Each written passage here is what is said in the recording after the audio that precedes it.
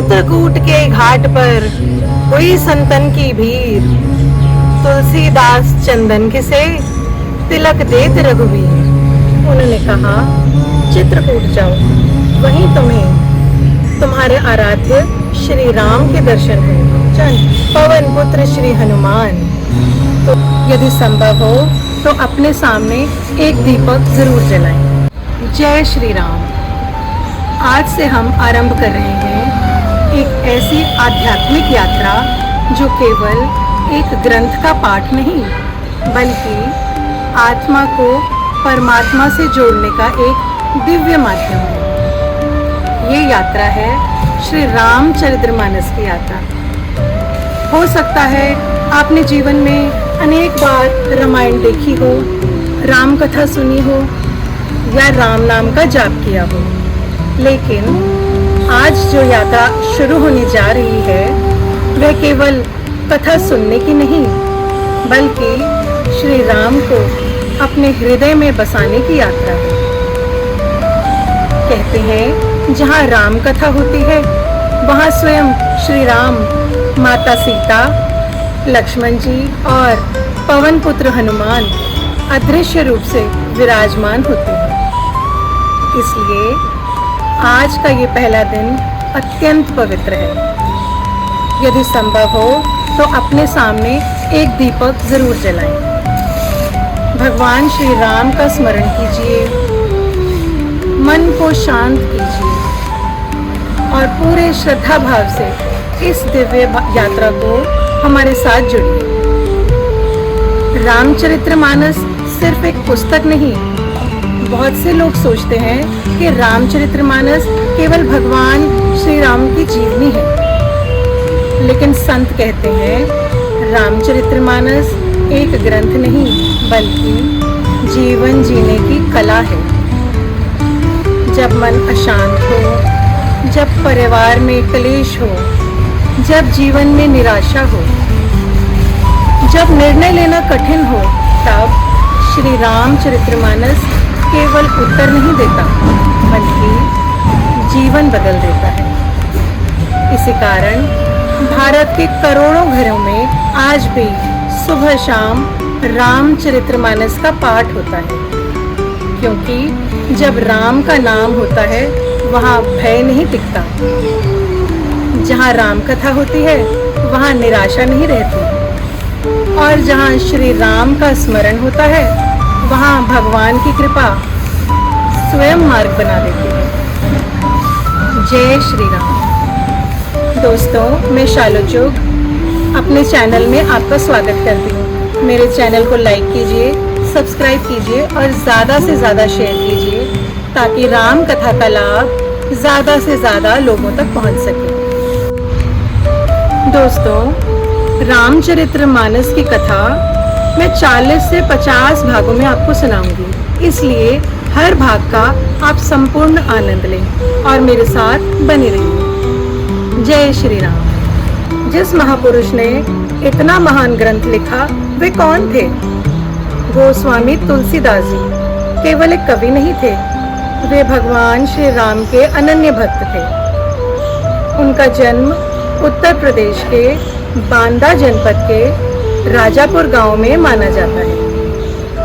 लोक कथा के अनुसार उनके जन्म के समय वे सामान्य शिशु की तरह नहीं रहे। उनके मुख से पहला शब्द निकला राम। इसी कारण उनका बाल्यपन का नाम पड़ा राम बोला। कहा जाता है कि वे जन्म से ही विलक्षण थे। उनके मुख में जन्म के समय पूरे 32 दांत थे। लोग इसे शुभ नहीं मानते थे, परंतु संतों ने कहा यह बालक साधारण नहीं है। तुलसीदास जी का बचपन अत्यंत कठिन रहा। जन्म के कुछ समय बाद ही माता का देहांत हो गया। कुछ समय बाद पिता भी इस संसार से चले गए। एक छोटा सा बालक, ना माँ का स्नेह, ना पिता का सहारा, ना रहने का ठिकाना। वे गांव-गांव भटकता रहा। कई बार भूखा सोया, कई बार लोगों ने दुत्कारा, लेकिन भगवान की लीला देखिए। जिस बालक को संसार ने ठुकराया, उसी बालक को स्वयं भगवान ने अपना बना लिया। कहते हैं कि संकट के समय स्वयं माता अन्नपूर्णा ने वृद्धा का रूप धारण कर उन्हें भोजन कराया और कई अवसरों पर पवन पुत्र हनुमान ने अदृश्य रूप से उनकी रक्षा की। एक दिन संत गुरु नर हरिदास जी की दृष्टि उस बालक पर पड़ी। उन्होंने उस तेजस्वी बालक को अपने साथ रखा। वहीं से उसका नया जीवन प्रारंभ हुआ। गुरुजी ने सबसे पहले उन्हें क्या सिखाया? न वेद, न शास्त्र, न व्याकरण। उन्हें सबसे पहले सिखाया राम, क्योंकि संत जानते थे जिसके जीवन में राम आ जाए, उनके जीवन में सब कुछ आ जाता है। धीरे धीरे राम बोला शास्त्रों के महान विद्वान बन गए और आगे चलकर वही राम बोला पूरी दुनिया में गोस्वामी तुलसीदास के नाम से प्रसिद्ध हुए। युवा अवस्था में तुलसीदास जी का विवाह रत्नावली नामक विदुषी और धर्मपरायण स्त्री से हुआ। वे अपनी पत्नी से अत्यंत प्रेम करते थे। एक दिन रत्नावली अपने मायके चली गई। तुलसीदास जी उनसे मिलने के लिए आधी रात को तेज वर्षा में उफनती नदी और अंधकार को पार करते हुए उनके घर पहुंच गए। जब रत्नावली ने यह देखा तो वे चकित रह गई। उन्होंने एक वाक्य कहा जिससे इतिहास बदल गया। उन्होंने कहा, यदि ये प्रेम जो तुमने इस नश्वर शरीर से है उतना ही भगवान श्री राम से होता तो तुम्हें जन्म मरण का भय कभी न रहता। ये एक शब्द तीर की तरह तुलसीदास जी के हृदय में उतर गए।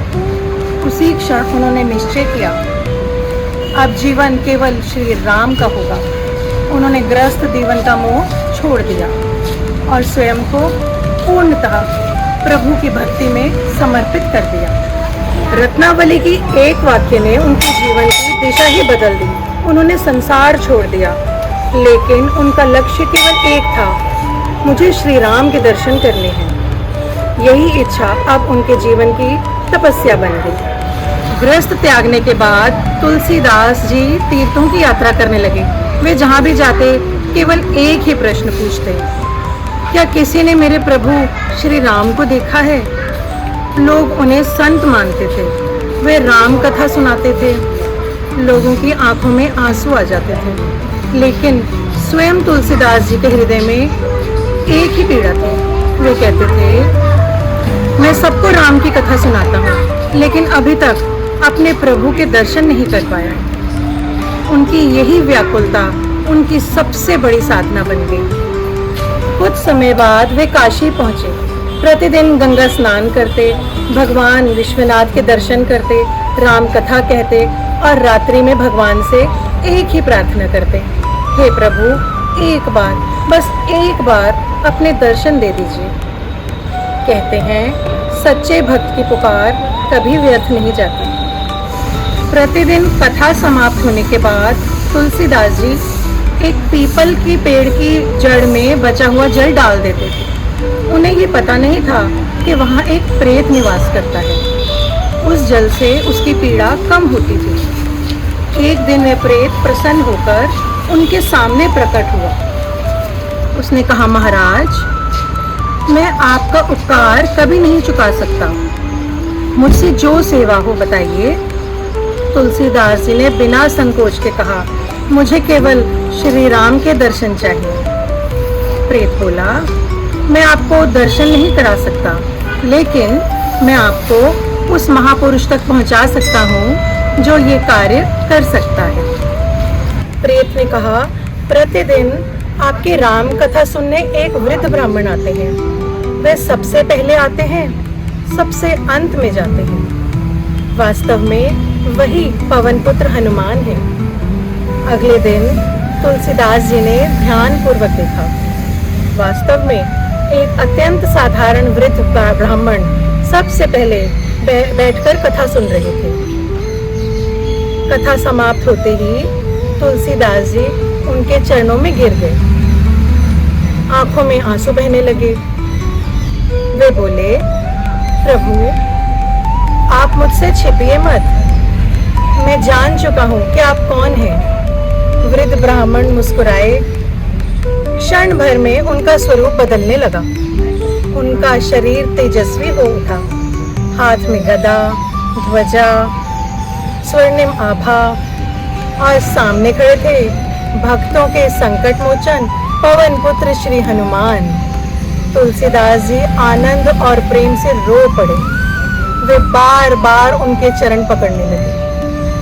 हनुमान जी ने उन्हें उठाया और प्रेम से कहा, वत्स, तुम्हारी भक्ति निष्कपट है, तुम्हारी इच्छा अवश्य पूर्ण होगी। उन्होंने कहा, चित्रकूट जाओ, वहीं तुम्हें तुम्हारे आराध्य श्री राम के दर्शन होंगे। तुलसीदास जी ने तुरंत यात्रा प्रारंभ कर दी।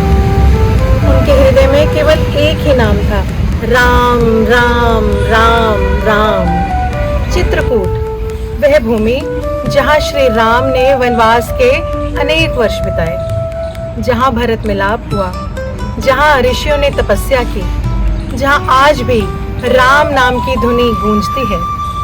तुलसीदास जी वहीं रहने लगे। प्रतिदिन राम घाट पर बैठकर भगवान का स्मरण करते। लेकिन कई दिन बीत गए, दर्शन नहीं हुए। फिर भी उन्होंने धैर्य नहीं छोड़ा। यही सच्चे भक्त की पहचान है। एक दिन दो अत्यंत सुंदर राजकुमार घोड़ों पर सवार होकर वहां से गुजरे।